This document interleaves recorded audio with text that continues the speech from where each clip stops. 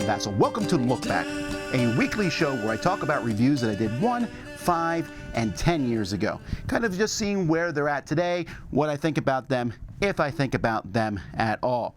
So let's take a look at reviews I did last year during this week. First of all, we have Christmas Story, a major card game. I love the movie Christmas Story, A Christmas Story. It's a fun movie, and this tries to wreak havoc on your nostalgia for that movie, but it's a really bad card game, 4 out of 10. Magic Money. This is a bidding game to bid on animals, you write down your bids. It's just too much work for the fun. It looks great, but not a great game, 5 out of 10. Tattoo Stories. The idea of drawing a tattoo is interesting. This is really just a drawing game. It's an okay one, 6 out of 10. Shifting Stones. This one I give a 6.5 to. I like the idea of it, shifting the stones around to match patterns, and it's going to work for a lot of people. It's really good components.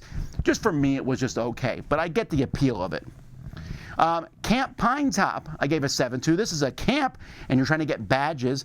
There's a bit clunkiness at certain points in the game, I felt, but I really like the theme, and it comes across really well. And there's some nice, you're moving around. It's almost a pickup and delivery game, sort of, or move around and accomplish tasks. But like I said, the theme is a lot of fun. Micro Macro Crime City. So this game, one of the most popular games that came out in the past year.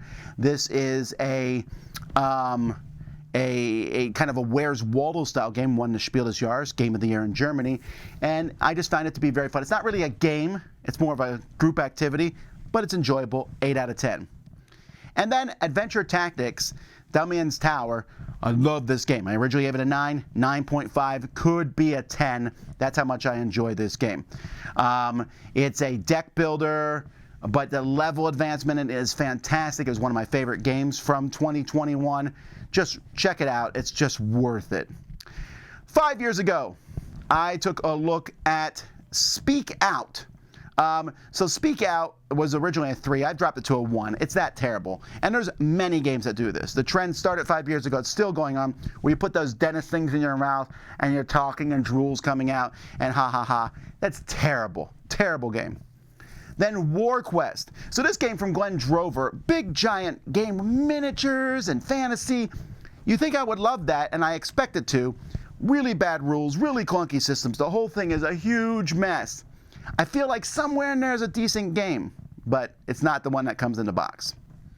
Cup of Bluff. I got a bunch of cup-themed games from Essen from this one company. This one's a little bluffing game, and it's not very good. 4 out of 10. Dragons and Chickens. This is a game that looks cute, but it's essentially about slapping a table as fast as you can. 5 out of 10.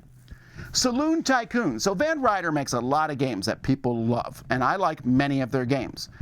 Their newest game, Final Girl, very popular. This is one of their first ones, Saloon Tycoon, and it's not that great. I gave it a 5 out of 10. It looks cool. You're building up these little buildings in a town, a western town.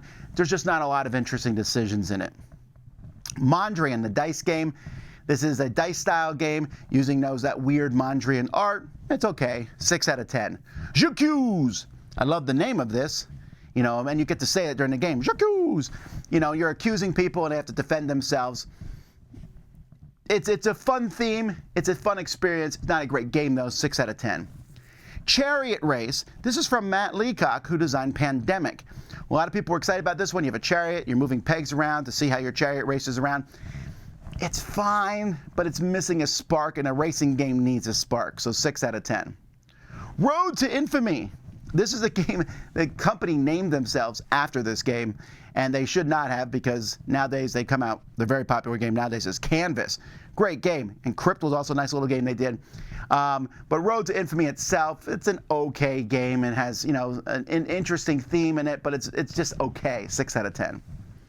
Make and Break Architect. This I gave a 7 to. This is one of those games where you stack blocks and try to match different cards. That works.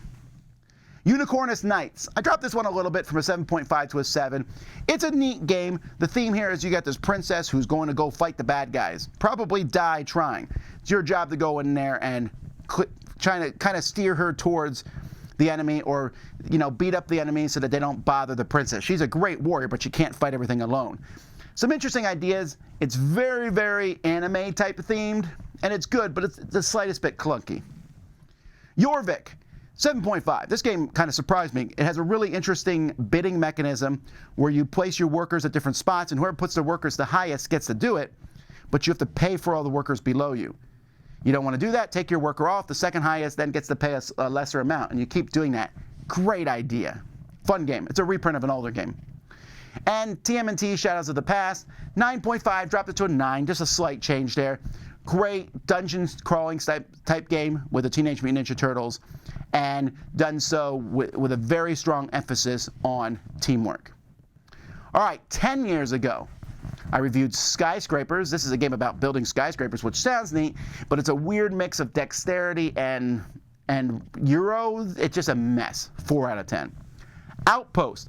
This game has a lot of positive buzz in it, which this was another reprint that came out 10 years ago. Stronghold Games did it.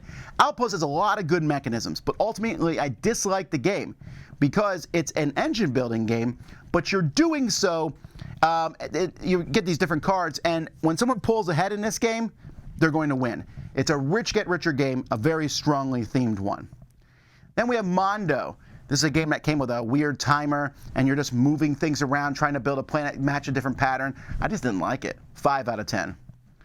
Corcio. This is a abstract strategy game with pyramids circling them. Very forgettable. 6 out of 10.